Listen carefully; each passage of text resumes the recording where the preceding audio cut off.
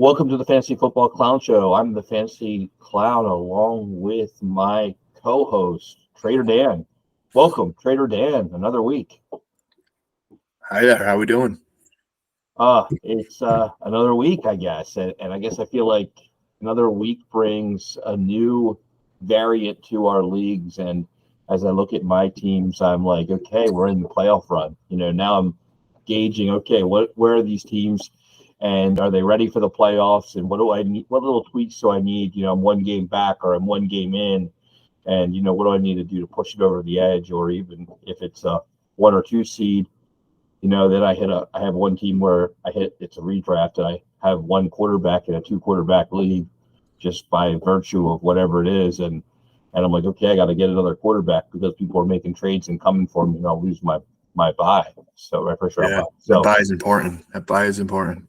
Yeah, I mean, it is and it's not. I guess I feel like last year I look back and I'm like, geez, the teams out of the 5 and the 6 seeds were winning, and the teams out of the 1 and 2 seeds didn't win. But I think that might be just some variance, and so yeah, I think it's important. But I think getting to the playoffs is the most important. So yeah, that's and then if you can get that 1-2 seed, it's not. It's just nice not to have to worry about that team for a week. Yeah, true.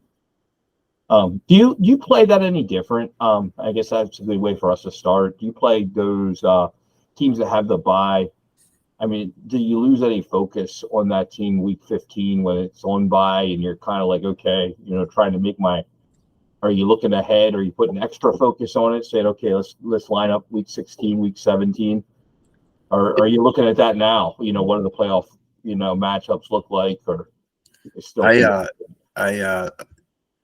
It depends. If I get a bye, I try to focus on the teams that I need to win the advance, and because obviously the more time you can put in on a team, the better chance you have to let it win. Especially, the trade deadline's by, and then the waiver wire or whatever. But usually your team's set. But just getting at those, picking between those 2 or 3 guys, and trying to do a little bit more research on who's the guy to pick and why and when, and watching for injuries and stuff like that. It's just nice not to have to worry about one of those teams because, especially with you got so many fantasy teams that, the last time you want to make a mistake is in the playoffs, right. and it happens. It just happens. I mean, I have one team so I started to reverse my order this year. I think less order maneuvering than normal for me, but I have one team that's not in the playoffs that's starting week 12. And so I put it at the bottom of the screen, and I noticed that I didn't even get any waiver pickups this week. And I'm like, oh, I guess that was a little bit sloppy. I probably left some skin on the bone, or, could have picked up some players to create some havoc. And here I have a lot of money left in bad money, and I'm just kind of sitting there waiting. And it would be a prime time to pick up a whole bunch of rookies for my, for the future to kind of hold throughout the offseason. And I haven't really even thought about that yet. Like, I guess I'm just focused on the teams, making those final trades in some teams. So I guess that's kind of where we are. Jumping into trades, I know we have a bunch of them, so I guess let's do it. We'll have we'll have Brad bring some trades up on the board, and then we'll kind of get your feedback on them. And damn, oh yeah, I saw this trade. I know what your thought process was because we discussed it before you did it.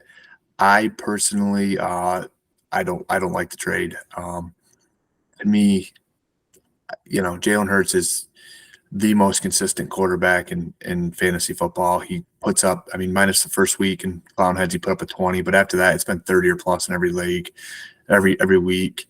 And he just seems to be getting better and better. He's a tough guy. He seems to fight through the injuries. He gets a lot of those, tush push touchdowns, those tush push first downs, which, those add up when you get 3-4 of those in a game. I personally don't like the trade. I like all the draft capital that you got, but to me, Jalen Hurts is one of those guys that's going to be hard to replace. I agree with you. I mean, I do think that, you trade the best player away. If you do that consistently, you'll run into trouble. Like you said, I did have a reason for it. The team now is 1-9. Kind of looking here, and when I made the trade, it was 1-8. And just looking here, it's a super flex team, so 1 quarterback, 1 super flex. And I have Tua in my quarterback spot, and this week I have Josh Dobbs in my number 2 spot. I have Bryce Young. Looking here, I have Daniel Jones on IR, Aaron Rodgers on IR, Aiden O'Connell in the taxi. So, there's a lot of quarterbacks. While they're not Jalen Hurts good, I mean, there's no doubt about that. I looked ahead for next year and said, well, Aaron Rodgers will be worth something, if he comes back and plays pretty well and can ship him off. And Superflex is a little different too. I thought it was a 2 QB league. Superflex makes my value different a little bit on the quarterbacks. Yeah, and it was more of a mere. I mean, I obviously having Tua in the spot to kind of run my show for now, it makes me feel good. But then also having 3 first-round picks, now I have basically 25% of the picks in the first round, and so it was more of a control mechanism for me to control the whole draft next year. And so it felt like a good way to go. And then I also eliminated the ability for Ozzie to replenish his draft. So if Jalen Hurts does get injured, I mean, and I'm not saying he will, but if he does, then I win before I make the picks. I basically win on this trade before I even make any picks. Like, it doesn't even matter. And if he doesn't get hurt, then I have a shot to win with Aaron Rodgers just coming back and being an adequate player, because I can ship it off for a couple more first-round picks. And so that was my theory. But what's interesting about it is I think you could have 2 teams win. Like, I think Ozzie, created a juggernaut for himself with this trade. I would have looked a lot better if PJ Walker would be a starter today instead of DTR. So here's the thing, within a week that could be PJ Walker. The way we're seeing quarterbacks go down, and Dorian Thompson didn't play well the last time he had an opportunity, and the Browns. To me, I think they're making a mistake. I think they should go PJ Walker, let Dorian Thompson, learn the NFL a little bit better, and before he gets started. But when you're Cleveland Browns, I mean, you're one of the top teams in the AFC, and all you have to do is not turn that football over, and you have a chance to win. And I don't. We'll see. I mean, I don't coach the NFL. There's a reason for it, but no, that's right. But I'm agreeing with you. Actually, I'm saying, I'm surprised that they didn't go that way, but equally surprised, and I'm sure we'll talk about quarterbacks later on another quarterback decision that would happen in the NFL this week too. So, equally surprised. So, yeah, I was surprised to hear of that. But anyway, looking on to the next trade, what else do we have? I must be like acquiring a Hall everywhere, huh? Guess that's cool. I mean, to me, it's just one of those picks. I'm assuming that Go Bills needs a running back. You just kind of collecting your quarterbacks, realizing that if they get the start, that they're worth more than just about any other position, especially in 2 QB leagues. I'm not excited about the draft or the pick anyway. Really not excited about a 2024 fourth, but a lot of people don't value those 4th-round picks. And if you go back into your leagues and look and see some of the talent that got picked in the 4th and 5th rounds, granted, you have to be the one who picks them, but I mean, Pacheco, Sam Howell, I looked the other day, Shakir, I was just Kyrene Williams, and the list just went on in the 4th round. I was just I couldn't believe it, how many good football players are drafted in the 4th round. Well, and so this is the league I spoke of before. This is the league I'm out of it. Playoffs start in week 12. I felt like at this juncture, I probably won't use Jamal Williams next year. Right. Okay, so wasn't going to roster him. I'd probably cut him. At the end of the road, I'm not sure that I needed $11. He offered a trade. Obviously, I just accepted the trade. I figured the $11 I could bid on whatever players I want to bid on the rest of the way. Yeah, it comes out late in the year. From the waiver wire and create havoc. And, if Hall, we're really only one Dobbs injury away from Hall playing. I agree. About that. And I thought, well, you know what? It's something. I know the trading deadline is going to be gone now. And I just counted. So this is a team I was 11-11 2 years in a row. And I just made a conscious decision this year with 384 teams that I was going to basically go on and take a peek and try to build it from the draft. So I have 14 draft picks And so I'm just kind of accumulating picks, right? I'm just going to bring in this whole rookie class in May, and then we'll see what happens with, how they all break camp. And so I'm just kind of going to have darts. And I know, I say all the time, I don't care about fourth round picks, but it was more that I thought Jamal Williams wouldn't be on the team. It was really more about that and saying, okay, I'm just going to bring in these 3 first round picks and these 5 second round picks. So that's 8 picks. There's no room for Jamal Williams. I may as well just throw my darts, and the quarterback, who knows, I'll know. What I will know is that Jamal Williams, dropping him could be a problem. Jared Hall, if I drop, I'll know at the end of this year if he's worth having or not, based on if he gets to play or not. If he doesn't get to play the rest of the year, I can drop him and know it's over. He probably doesn't get another chance. But if he gets to play and plays really well, then he's worth having. If that makes sense, and so I felt like it was going to be he was a decision player that I can make a decision on, and so that's where we are. The next trade that I think he was going to bring up, and I'm expecting him to come back on here any second, I actually made with producer Brad, and he was in a Clownhead league, and he sold me Irv Smith for a 2024 second. Yeah. And what did you think of that? Anytime you can get a starting tight end, assuming starting tight end, Tanner Hudson's kind of doing this thing there right now. But to me, in Clownheads, it's well worth a second. Especially Irv Smith, he's young. He's got a lot more years ahead of him than are behind him.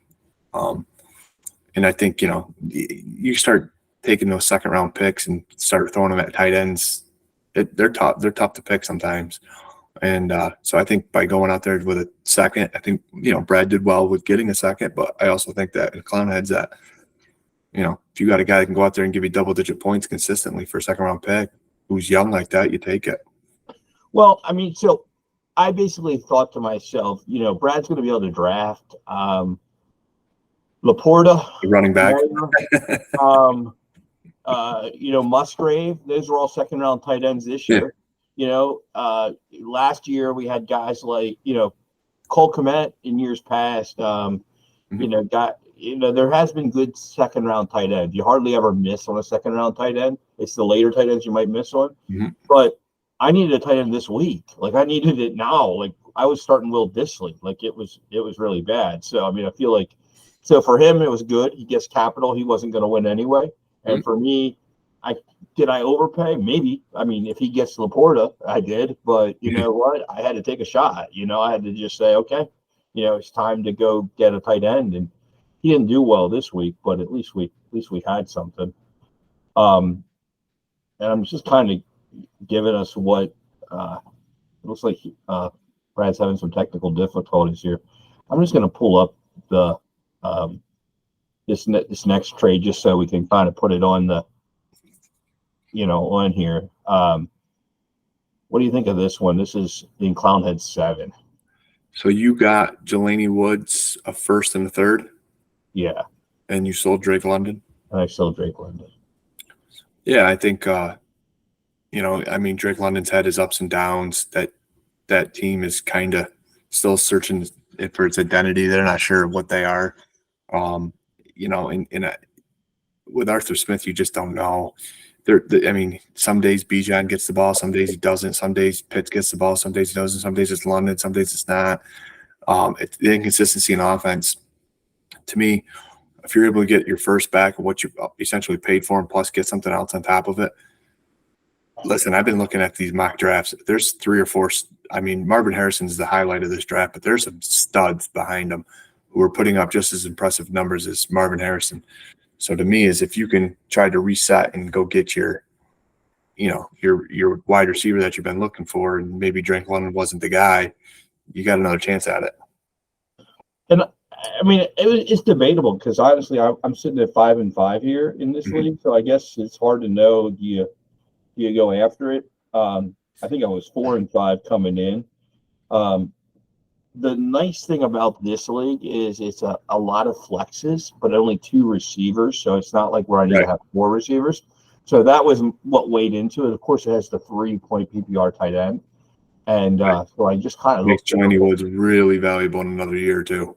yeah, which I thought, okay, this could make some sense. And, just kind of going to list some of my receivers that I have for the 2 spots. I have Deontay, I have Johan Dotson, I have Ayuk, and I have Jerry Jeudy.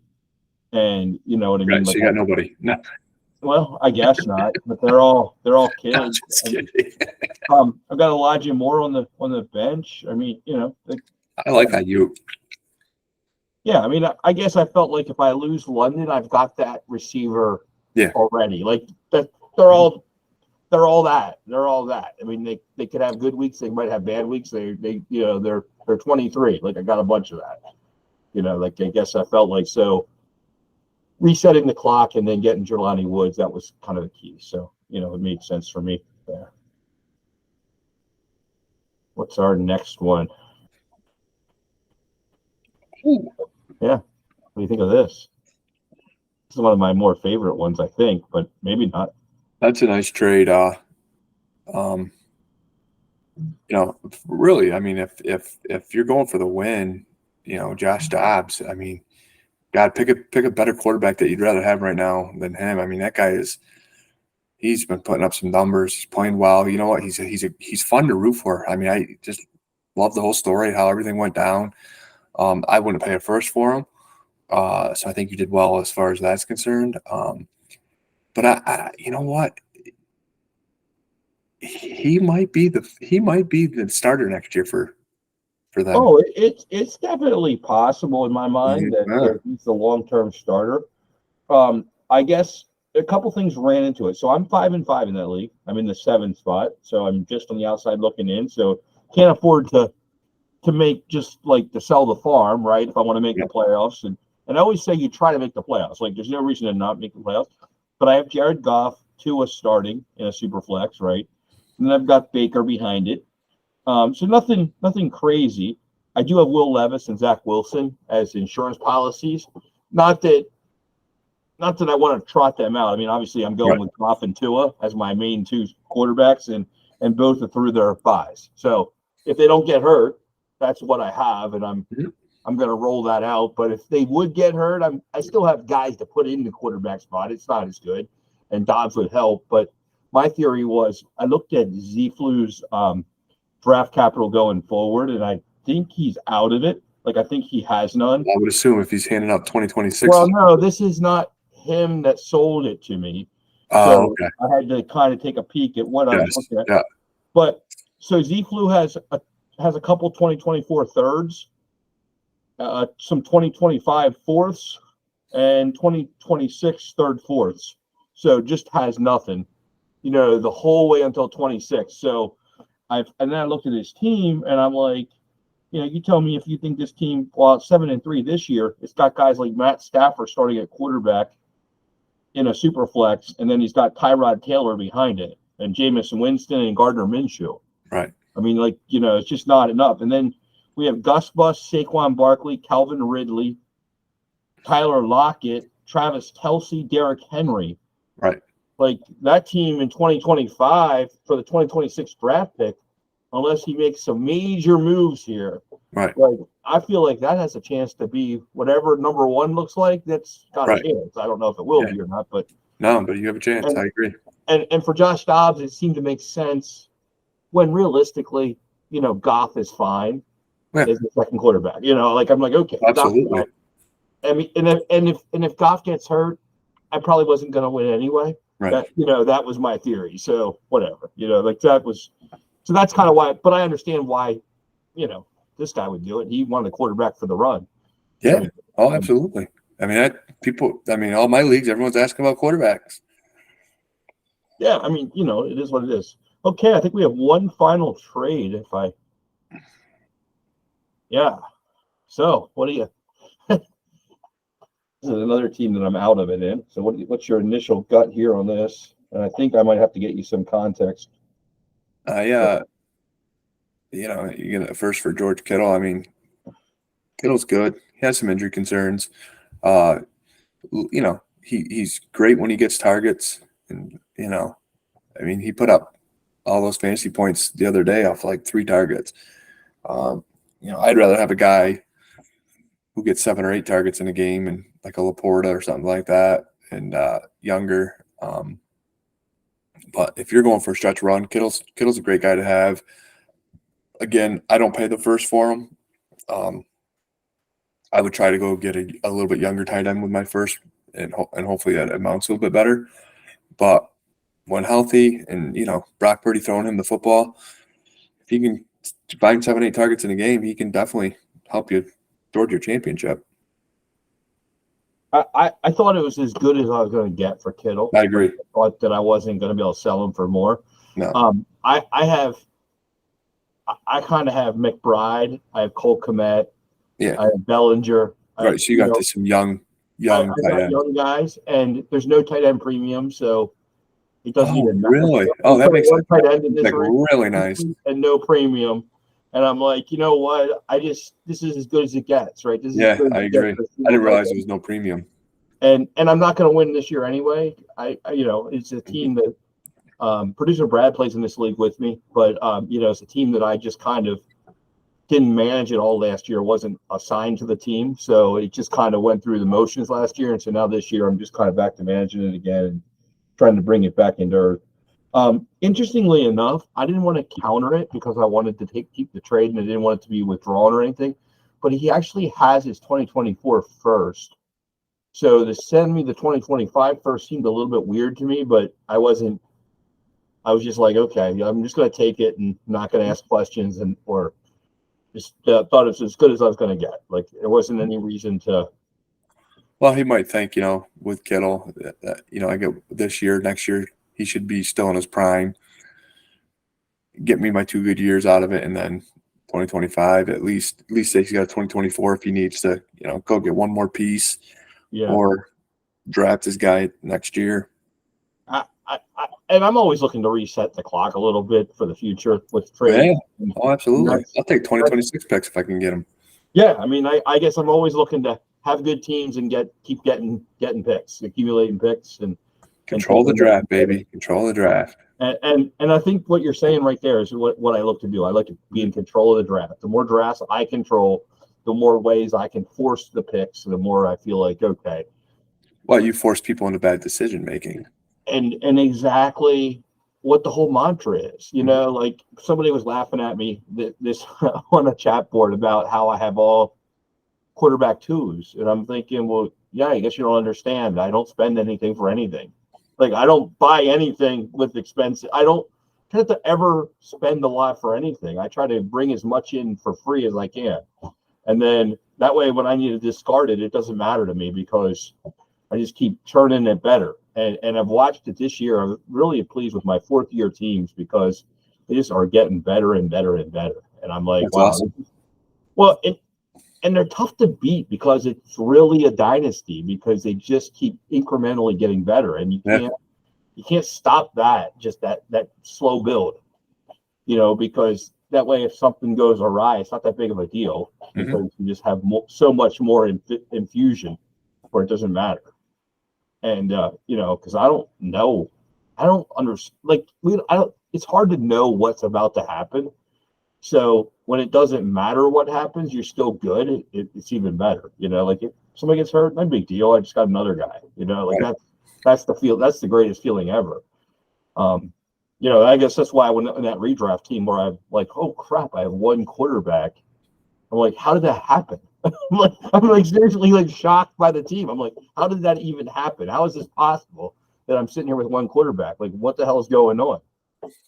And I have a dynasty team where I just have Mac Jones, and I'm like, how is this possible? Like, how is this possible that I have a team that only has one starting quarterback with these 7 that I got, or whatever it is? So, that's kind of a key. Looking at the week that was, what do you? I mean, I don't want to dominate just all of the trades that I'm doing. Of course, I'm making all kinds of trades, but what's your look back and what do you see for your teams? I had a great week fantasy football. Thank goodness, because the week before I got destroyed. Took back first place in a couple of my leagues. Got back into the playoff hunt in another one. So it looked good. Kind of one of my teams that I'm rebuilding. Yeah, I lost to Deshaun Watson today. Not that big of a deal to me. As I was rebuilding that team, anyways. Still kind of trying to, you think by week 10 you figure out where your team is, but when you're sitting at 7-3, third place with 3 of your next 4 games against the top teams, you really are starting to like, do I go try to make that move and give up some draft capital and bring in a guy and to win this week? Are you talking Elite Eight or are you talking? Okay, so I was looking at that. I mean, of course, Justin and I broke it down last night, on the show, and popped out today. And so, of course, encouraging everybody to look at that. But man, there's some juggernaut teams. We got 2-8-0 or 2-10-0 teams. Yeah, and, yeah. Quite honestly, like I'm looking at those teams and I'm like, there's a reason they're 10-0. Like, yeah. Unless the wrong stuff happens, if you just get in, I mean, of course, anything can happen, but I wouldn't want to sell my soul to go against them and lose in round 1. Like that would, if that was the one bullet I had and then I lost, then man, I want to be able to come back next year better, if that makes any sense. Like if I'm going to lose in round 1, that's cool, but I want to come back next year because I just keep getting better. I want to get to round 1. Bring it on, baby. Yeah, no, I mean, I'm laughing inside. Like I'm 3. I was 0-7 in Elite 8, and now I'm 3-7. I'm on a freaking tear, and I might have a shot at. I might get back to. I'm going to be 6-8, I think, at the end of the deal. Yeah, and that's progress. I mean, it isn't anything exciting, but that's progress. Going from 0-14 last year or 2-12 or whatever it was to 6-8 this year, somewhere in that vicinity. That's progress because part of it was the Dak heater. I have Dak in that team, and Dak's on a bender, and he's putting up numbers. But I think the team gets better next year. I got 3 first-round picks. It ain't gonna get worse. Right. And Dak's like the oldest guy on the team. It ain't going to get worse with that group. I mean, I'm not going to – I don't have any fall off. There isn't anybody going to get, play worse football. And I guess that's what I'm looking at, saying, oh, no. If we get 2, 6, 8, I don't know. We're getting there. Right. 10, like now we're going somewhere. And you're in the playoffs. Well, yeah, and then you're going for it. And just keep getting better. Keep getting better. And so, yeah, that would be my take on the Elite 8. I think you have to play them differently than your standard stuff. Like, I think you think you have to play them a little different. Said it best. It's dynasty with redraft concepts because you got to win. You almost got to win every week. You know what I mean? That's why I really love. I love it because it keeps you intrigued every week because it's you got to win. You got to win to get in. It's not the top 6 are in and and let me go from there. You got to be a top 2, and and there's some good fantasy football players. I mean, you look at the waiver wire. I mean, these guys they've been picked up for a while. I mean, they're on top of their game. A lot of these guys are. Well, and you start to see like guys coming in. You're like, okay. I still remember a couple of weeks ago when Leonard Fournette was thinking about signing with Buffalo. Like all of a sudden, the day before he signed, everybody was picking him up and bidding on him. I'm like, what's going on? People are out there. Yeah, they know their stuff. I mean, Dowdle was picked up last week. Like everywhere. People that are looking at the waiver wire this week for Dowdle, they're a week behind. Oh yeah. One of the people I'm picking up this week just kind of was Michael Carter. I was picking him up everywhere today. And then he got I knew he was going to get claimed by somebody. I didn't know who. And I'm like, you know what? May as well get ahead of that. Yeah, so, Cardinals, they cycle through running backs, so. They do, but they're not that interested. It doesn't seem like they're that interested in using the 2 guys that they had. It looks like it's going to be Connor on the early downs, and it'll be Michael Carter in the passing downs. I mean, I bet that seems to be the forte. They're going to give him a shot. I mean, think about it. I mean, they're rebuilding. You know what I mean? They're going to see what they can get out of these younger guys, and guys like James Conner and stuff probably aren't in the future plans anyways. But, I mean, I feel like Kyler's a check down Charlie a little bit, isn't he? Trey McBride, baby. Trey McBride. Well, no, he will throw it. Keep sending it. Throw it to him 100 times. Oh, I was convinced. I said I wanted to watch what Trey McBride would do last week, and with Kyler, and I said, okay, yep, that makes sense. I started everywhere this week. He's got the making of a Travis Kelce, doesn't he? He's just a big dude. I mean, catches a lot of balls. He's a hell of a target. He looks good, man. I tell you. I hate to say anybody's Travis Kelce just because. No, I'm not saying he's going to be as good as Travis Kelce, but man, he just reminds you of a young Travis Kelce. I'd say that he gets separation like Darren Waller or Mark Andrews. Like if that was the career, I would be like, oh yeah, that seems to make sense. Like I believe it. I'm not saying it will be, but McBride. But he's put up phenomenal numbers for a second year tight end who didn't play much. Yeah, I mean, he was the number one tight end last year, though. I mean, I'm saying, hey, that's what he was. Like he was really a good player. Like he's. I'm now. How many shares of him do you have? I got him in 3 or 4 of my 6 teams. Okay, so you have him. I'm gonna. I was all over Trey McBride when he come out of the draft. He was the only tight end that I knew of.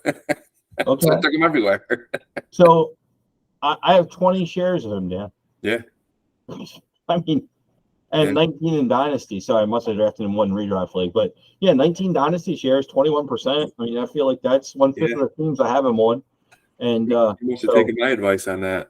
I'm in. I mean, I like him. I think. Let's see. I wonder if he's my most. No. So he's my most owned tight end, tied with Albert O. What do you think of Albert O? Are you on Albert O? Not yet. I picked him up for free everywhere, naturally. I mean, who else are they going to throw to at the tight end spot? When the Eagles use it, they use a tight end. They're not going to throw to Jack Stoll, are they? I hope they throw it to Devontae Smith a little more. Well, maybe. I mean, I picked up Alberto in one of my leagues that I had in a free roster spot.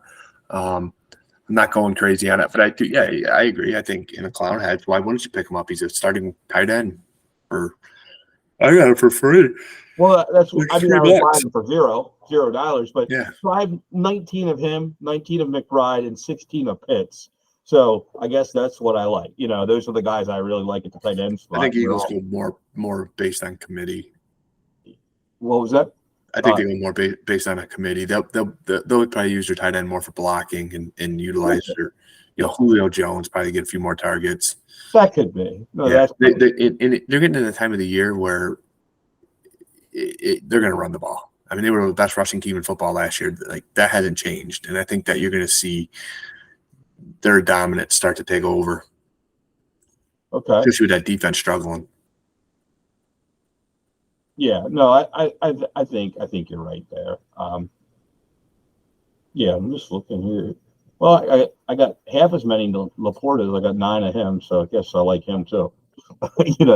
He's on my happy list. I mean, like those are the. Wish I had a couple Laporta shares. Yeah, I like Laporta. I mean, I have your guy Daniel Bellinger. Do you like him still? Yeah, I do like him. Yep. I mean, I feel like he got the wrong end of the deal with the whole Darren Waller. I don't think they need to bring Darren Waller in. I think they really should have just stuck with Bellinger, used his pass blocking ability a little bit more.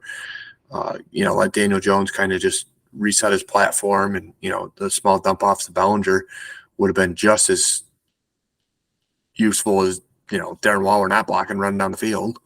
Yeah. But no, agreed there. Yeah. What's your best record? What do you feel like you have as your best record on your teams? 7-3. 7-3. I've got in redraft. I got an 8-2, so of course excited about that one. But I have I have 3 7-3. That's a bunch. But I have 3 7-3s in Dynasty, and feel like those are teams.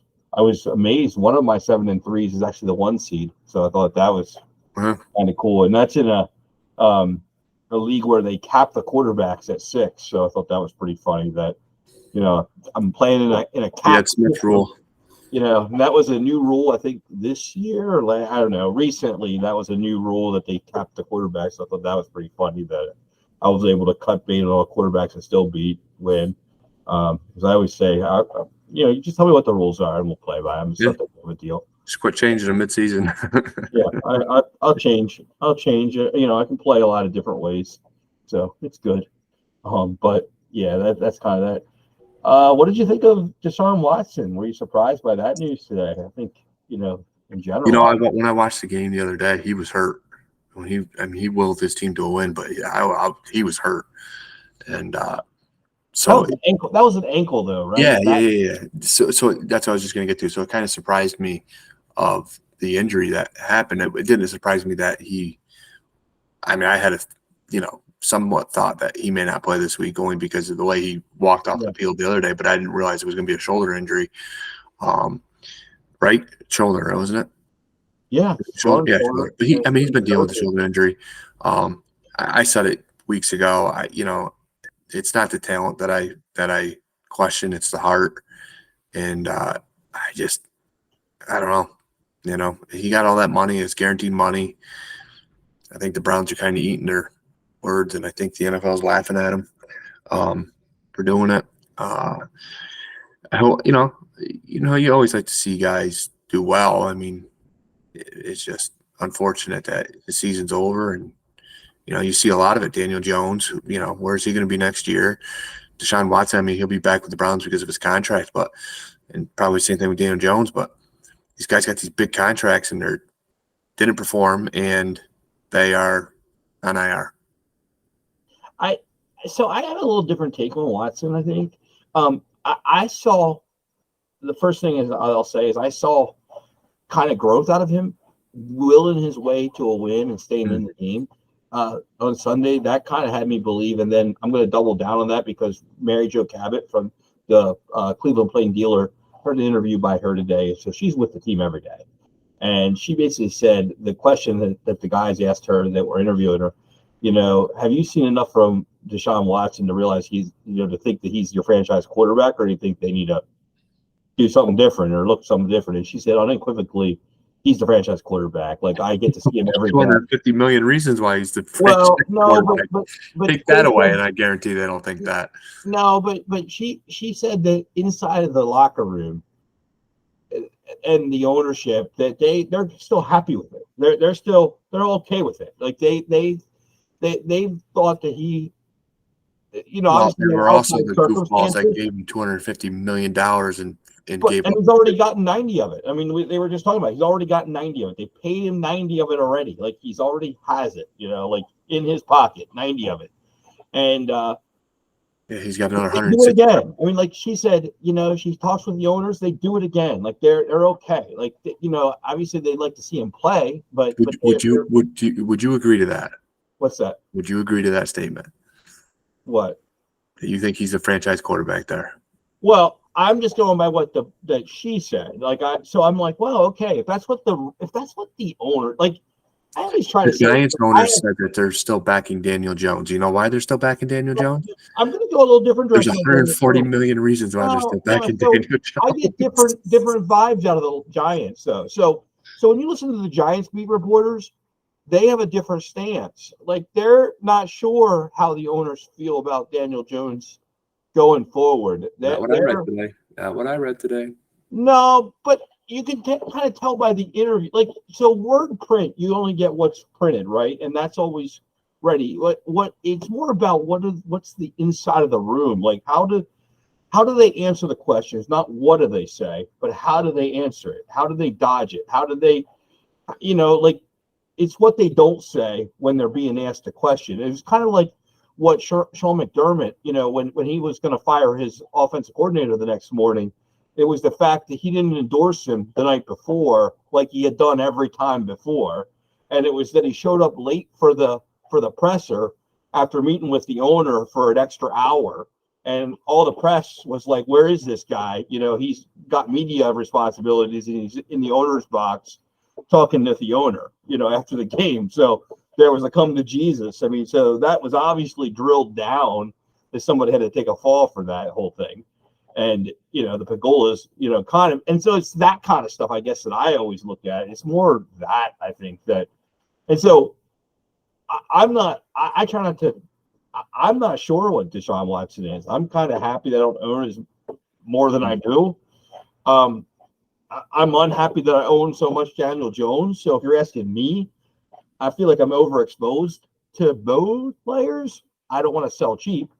But I get a different. I kind of think that if the Giants had a chance to draft a quarterback, they would, and I think if the Browns had a chance to draft a quarterback, they wouldn't. I mean that's where based on how the locker room is. They're 6-3. What do you think of the Patriots? I mean, I did see today that was in print, so it wasn't that Mac Jones lost the locker room. Is there truth to that? And I'm anxious to hear what Andy Hart says from WEI. But yeah, I mean, I think I don't know who else plays in the locker room. I think the Patriots are going to have a complete reset. Okay. With quarterback, coach. I think they redo it all. And I think it's kind of unfortunate for Belichick because I do still think he's one of the best coaches in the NFL. Andy Reid didn't win a Super Bowl until he had, Pat Mahomes. Granted, he got his teams there, but you need a good quarterback, and it just goes to show how difficult it is to find a franchise quarterback. Yeah, it's no matter how great the coach is, no matter how great, it's extremely difficult to find one. And then when you go get a guy in the first round like a Mac Jones, they're expected to play and play well, And then when they get thrown in way too early, this isn't back where the quarterback sit a year now. You sit 3 more games, and if you're 1-2 or 1-3, you're in, buddy. And it's your time. That's why it's remarkable to see a guy like CJ Stroud doing what he's doing this year.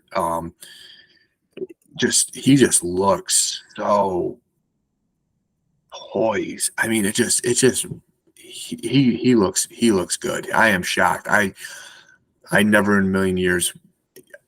I wasn't big on Bryce Young. I really wasn't big on drafting Anthony Richardson, only because of his accuracy concerns, stuff like that. The rushing game would have been nice, but Stroud was the one guy I was like, I don't know. He had a great college career, but those Iowa State quarterbacks seem to struggle when they come in the NFL.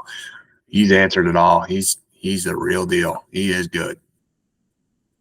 So you think a couple of years from now we'll be like, wow, he's really good? Yeah, I think so. Barring injuries. I mean, you know that. A season-ending injury in week 3, you forgot about. You come back the next year a little bit rusty. Now you're into your 4th year, and there's always somebody else coming up who's, you got Caleb Williams coming out, Arch Manning in a couple of years, or whatever his name is, Archie or whatever. He's going to be the next big thing in a few years. It's that cycle. But if he can stay healthy, yeah, I think he just looks good. I mean, he looks really good under pressure. I agree with you. But I wonder if he looks better than Trevor. Is he better than Trevor? See, Trevor Lawrence has done nothing to really show me that he's not worth the hype that he was coming out of Clemson. In my book, he has done nothing. I mean, you saw what the 49ers did to him. I mean, they beat up on him pretty good. If you're the guy, that doesn't happen. Like Pat Mahomes doesn't go get beat 34-3. You know what I mean? He just doesn't. He will win. I mean, I feel like Pat Mahomes is in the perfect environment with the perfect talent, and he's the perfect athlete. Like, I mean, that's like saying Michael Jordan. He's Michael Jordan to basketball, to football. Like he's the guy that he's not. I don't know. He's not Westbrook to basketball. A guy, a Harden. He was good for a minute. Like, I think that's what these Lawrence guys are. They're pretty good in the right circumstance, but it sure fades quick when it fades. The star fades quick when it fades. I mean, Josh Allen, like now people are calling him into question. And, so I asked you, I heard this on the radio. What do you think of Josh Allen? I mean, we'll start with that, and then I'll elaborate on the question. It starts with the run game. And there's two things that they don't do. They don't run him enough like they used to keep that defense thinking. And they definitely don't hand the ball off enough. And I think that once you just say, we're going to play you for a pass no matter what, we're just going to play you for a pass, that's when you start seeing those guys dropping in those lanes.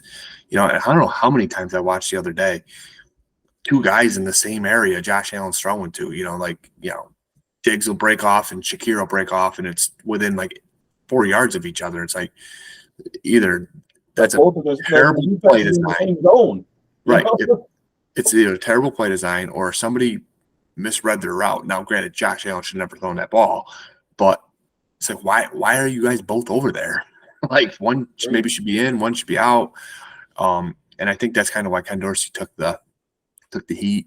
But they don't run the ball enough. You can't have Josh Allen throwing the ball 50 times a game. He's just too freaking wild with that football. It's not like you're giving Tom Brady 50 throws. You're Josh Allen's. He's not taking that sack. He's making that difficult throw one way or the other. He's going to try to throw it in there. He's just a tick better talent-wise than Carson Wentz. He's just a tick better than Carson Wentz. Like Wentz is. No, I disagree. I think Josh Allen is significantly better. I just think that the change is good. When Brian Daboll was their offensive coordinator, I think he was able to limit the turnovers. I think he was able to get the most out of Josh Allen. Josh Allen's a rah-rah guy. He almost needs a rah-rah person to work with him, like a guy in your face, pumped up, get you pumped. Not a guy that's sitting up in the press box with his glasses on, YZ 85 on 3 or what. Like he needs a guy that's just going to bring the fire with him. And I think that, this Brady kid, he did a hell of a job down in LSU. He did terrible for the Carolina Panthers when he went there, but hey, he's got some talent to work with. The cupboards aren't empty what he's walking into, and you might see some things. So I was a fan of Joe Brady. I liked him as a play caller. I know that he didn't run the ball as much. That was the knock against him. He didn't run the ball. They got to get to that run game. And maybe that's why they have Fournette, like to bring him in and run the ball. Cook and Murray looked great. They looked great. They did. They had the fumble issues. Cook did. I get it, but Josh Allen had issues all game long. Why aren't you just? Cook come down there. He rejuvenated that team. You got him down there. Got him in the score. Granted, they're not going to give him the red zone touches. I get it. They haven't done it all year, but my God, then they go away from it. And then they go stagnant for 2 drives, and then all of a sudden they give it to James Cook and they score again. It's like, what aren't you seeing that 3 million viewers at home are watching and seeing the same exact thing? Like, it's not that difficult. The Denver defense is the 32nd worst defense in football against the rush. You hand it off 11 times. No, agreed. I hope so. I hope they do run. I was looking at so I guess I think that Josh is just reckless, but I think that's what Carson Wentz is. Like I think that he's not that far from the guy that was an MVP, hopeful. Like he was that. He's just reckless. And excuse me. I do think that when you're reckless with the ball, you take some chances and need a coach that hones you in, and that's what Carson's always lacked, is a coach that will rein him in, right? And that's what Josh is lacking, that coach that will rein him in. And I think you'll see a different Wentz out in LA as well. Like I think if he does get a shot there, and he probably will at some point, I think you'll see a different guy.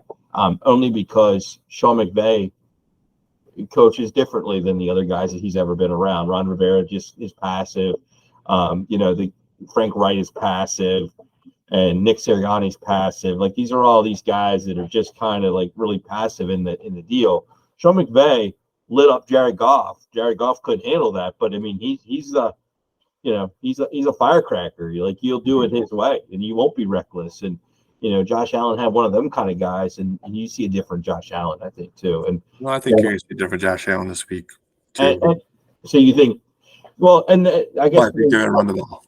Yeah, I guess our parting words before we go, we want to just look at this game this week, and I guess that was a question I had for you: is it's going to be finally this week. We have good primetime games. So let's look at the Cincinnati Bengals traveling to the Baltimore Ravens on short rest. What do you see that game happening? And no Well, T. we got some Higgins. losses. I see T. Higgins is out.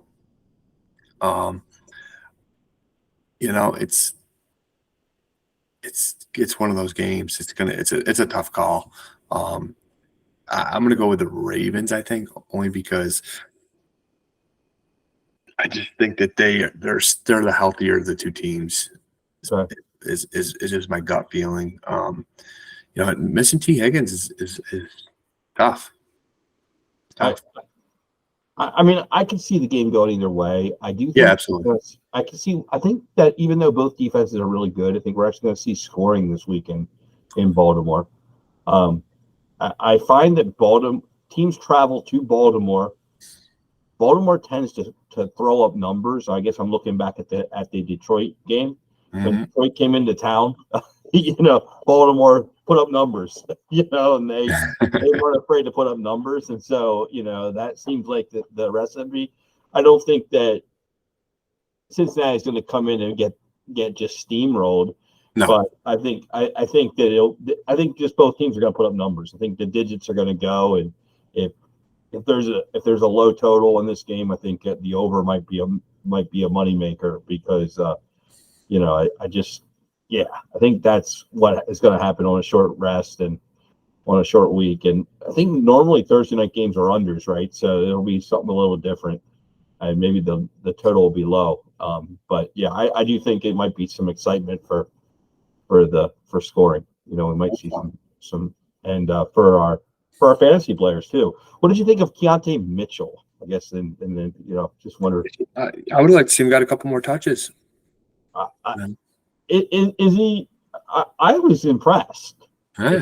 Is that too optimistic to say? Wow, just what did he get? He only got like 4 carries. He didn't get much. It sounds like a bad comp because I don't think he's the same player or as good, and it'll probably misconstrue even my love for Wentz because I don't think he's near as good as Allen in production. I was more meaning just overall ability to do things, within the same structure of an offense. But so Keontae Mitchell feels like he has the explosiveness to me of a Shane. Like they just have a different gear. Like they get through the hole and it's just a different gear. I don't know that he'll have it's hard to I think that a Shane is in the perfect storm of the offense.